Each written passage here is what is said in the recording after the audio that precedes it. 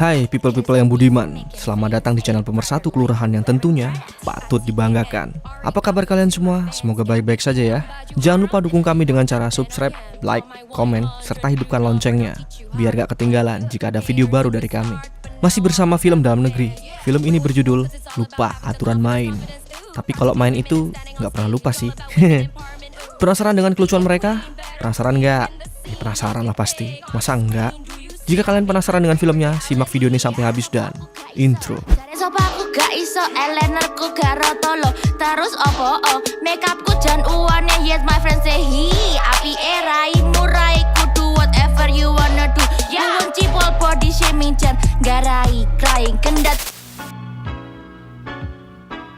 Diawali ketika Dono kasih Indro yang memberikan tumpangan kepada dua gadis melehoi. Tapi gadis itu menodong dan meminta uang dan barang-barang mereka beserta mobilnya.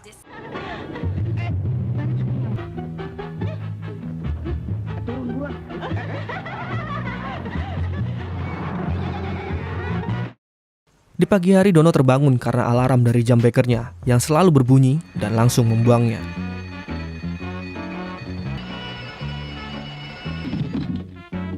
Kasino terbangun karena mendapat telepon dari seseorang yang ternyata salah sambung. Masih malam begini, rengsek, ganggu orang aja.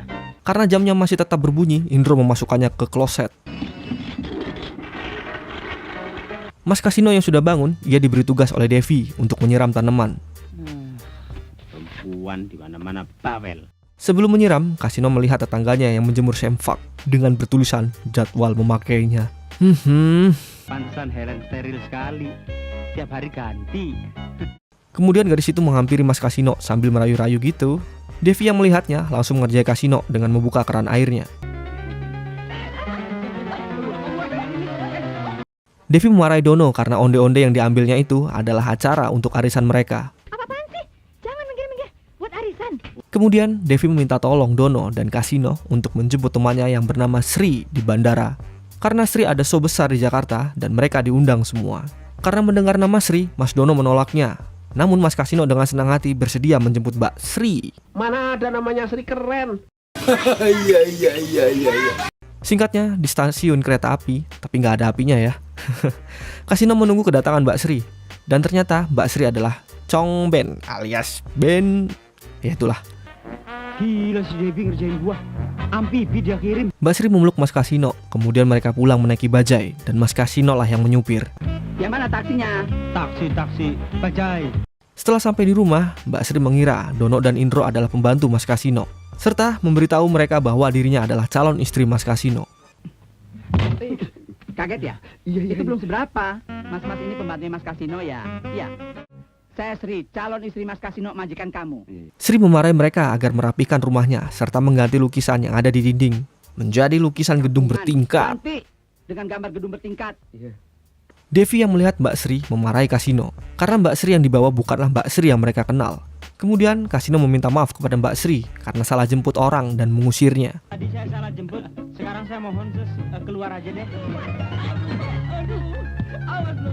Kemudian bel rumah berbunyi. Pas dibuka, ternyata yang datang adalah Mbak Sri yang orisinil. Mereka langsung mempersilahkan Sri untuk masuk. Kan? Devi meminta maaf kepada Sri karena ada kesalahan teknis pas menjemputnya. Dan tak lupa memperkenalkan Sri kepada Dono, Kasino, dan Indro. Kasino, Dono. Indro. Devi berkata, Tadi lu pada disuruh jemput, pada nggak mau. sekarang rebutan. Dono mengantarkan Mbak Sri ke kamar dan tak lupa membereskan kamarnya biar terlihat rapi. Mbak Sri mengatakan jika dia senang sekali bertemu dengan lelaki yang sangat perhatian kepada wanita, seperti Mas Dono. Saya jadi salting. Dono mengatakan bahwa dia akan menjaga Mbak Sri dengan sepenuh hatinya. So sweet. Kemudian Dono menuju dapur dan mengambil onde-onde lagi. Seperti biasa, Devi memarahinya karena kuenya buat arisan. Singkatnya, mereka sedang menonton berita bahwa ada perampok misterius dan posisinya sekarang ada di komplek perumahan mereka. Pas mereka ketakutan, tiba-tiba bel rumah berbunyi.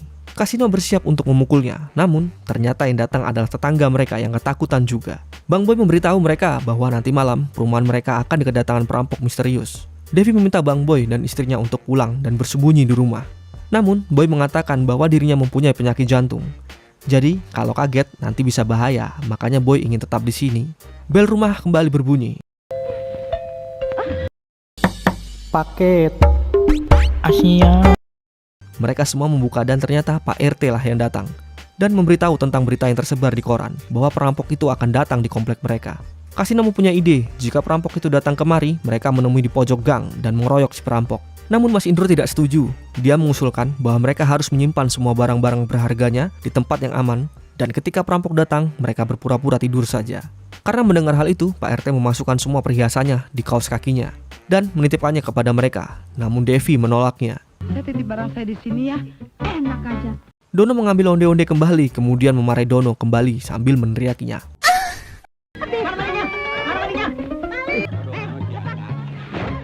Mas Boy memarahi Indro karena dia tidak terima karena istrinya digendong oleh Indro. Karena ribut-ribut, Kasino mengusir Mas Boy dan Pak RT. Devi menyalahkan Dono karena kalau sampai onde-ondenya nggak cukup, Dono harus tanggung jawab. Malam pun tiba, bel rumah kembali berbunyi.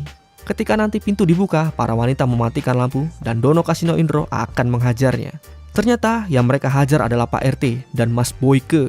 Mereka datang kemari karena ingin mengajak Dono, Kasino, Indro untuk ronda 24 jam. Namun mereka beralasan sakit. Mau nggak mau, Hana, Mas Bo, dan Pak RT lah yang akan meronda. Hati-hati ya Pak ya. Kasino menyuruh Dono untuk menutupi jendela dan pintu belakang. Mbak Sri yang nggak bisa tidur karena gelisah memikirkan show-nya, dia keluar kamar dan menuju kamar Devi dan Bella. Dono bermimpi jika dirinya dan Mbak Sri pergi ke penginapan mewah. Kemudian Mas Dono tertidur di pangkuan Mbak Sri. Lagi asik mimpi, Dono terbangun karena Om Indro dan Mas Kasino mendengkur. Karena Kasino dan Indro tidur nyenyak, Dono berniat mendatangi Mbak Sri untuk menemaninya. Dan pas dibuka ternyata isinya bantal guling. Ketika itu, tiba-tiba Kasino mengetuk kamar Mbak Sri.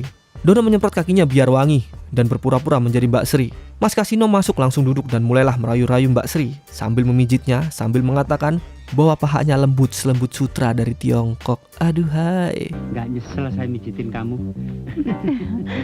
Secara bersamaan, ternyata sang perampok mendatangi rumah mereka. Karena kaca jendela yang pecah, Devi pun terbangun. Perampok mulai memasuki rumah mereka, kemudian membuka kulkas dan memakan onde-onde buatan Devi. Wow. Onde. Nice. Karena mendengar ada keributan di dapur, Devi mengira bahwa Dono sedang memakan onde-ondenya. Pas melihat onde-ondenya telah berkurang, Devi mendatangi kamar Dono. Dan pas selimutnya dibuka, ternyata kosong.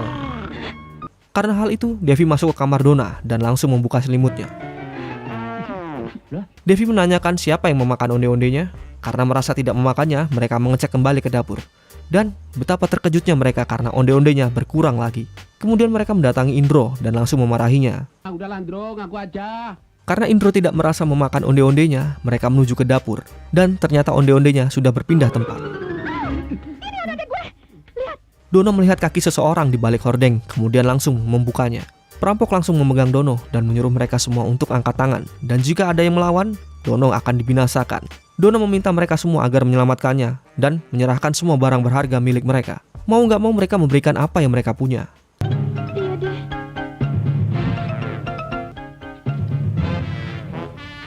Kemudian menyuruh mereka untuk menghadap ke dinding.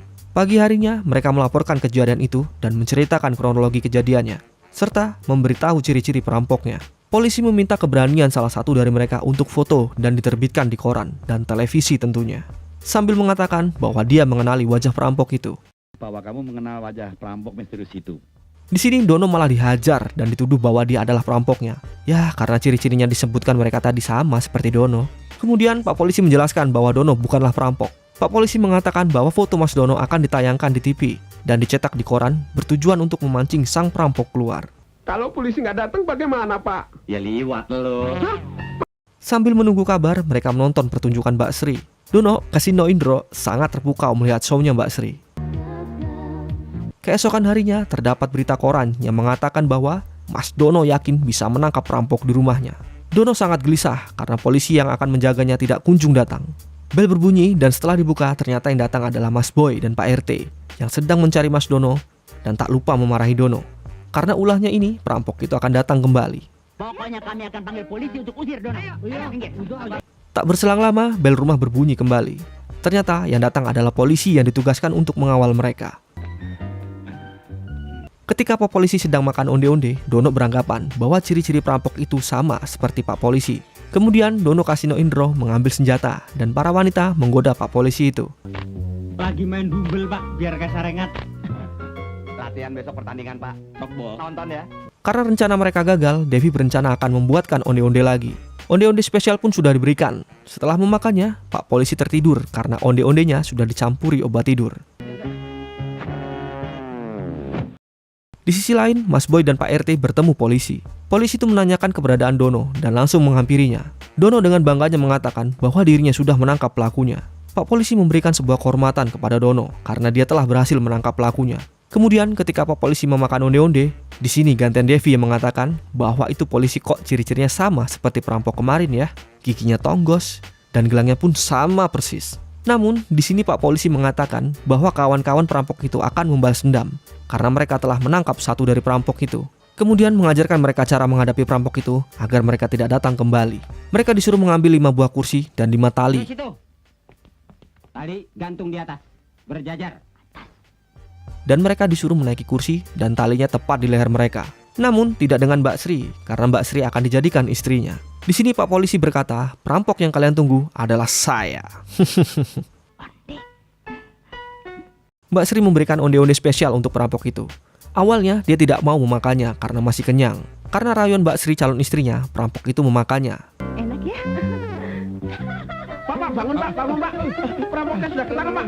Setelah habis, perampok itu tertidur dan tamat. I'm a bad bitch, but I'm really just a basic bitch. They say I'm the man. Begitulah story dari film Lupa Aturan Main. Jika kalian ingin filmnya di storyin, silahkan tulis di kolom komentar. Terima kasih sudah menonton video ini sampai habis. Ane pamit undur diri.